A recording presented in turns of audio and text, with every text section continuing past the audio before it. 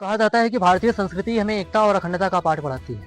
भारतीय संस्कृति हमें दया और प्रेम के सूत्रों में बांधती है। तो नमस्कार, मैं शाश्वत और आप सभी के सामने उपस्थित हूँ एक खास टॉपिक को लेकर।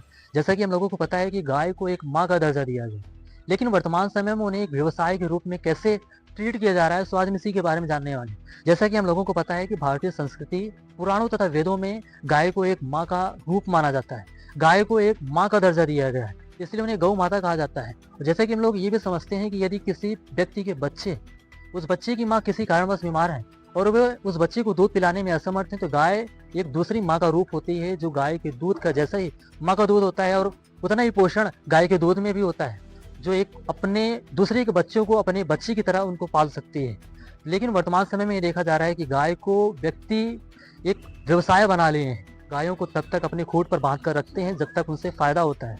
कुछ चंद पैसों के लिए उन्हें दूसरों के हाथों बेच देते हैं। जैसे वर्तमान समय में देखा जा रहा है कि बहुत से ऐसे लोग हैं, बहुत से ऐसे राज्य हैं जहाँ पर गायों को कुछ निश्चित समय तक, जब तक उनसे कुछ चीज़ें मिल रही हैं, जब तक उनसे दूध मिल रहा है या फिर कोई अन्य चीज़ें मिल रही हैं, तब तक उन्हें अपने खूंट पर बांध कर रख रहे हैं। उसके बाद उन्हें खुला छोड़ दे रहे हैं। क्या ये चीज़ें सही हैं? क्या हमारी भारतीय संस्कृति सिखाती है कि हम किसी चीज़ का उपयोग करें और उपयोग करने के बाद जब उनसे फ़ायदा होना बंद हो जाए तो उन्हें हम फेंक दें या फिर उन्हें बाहर कर दें?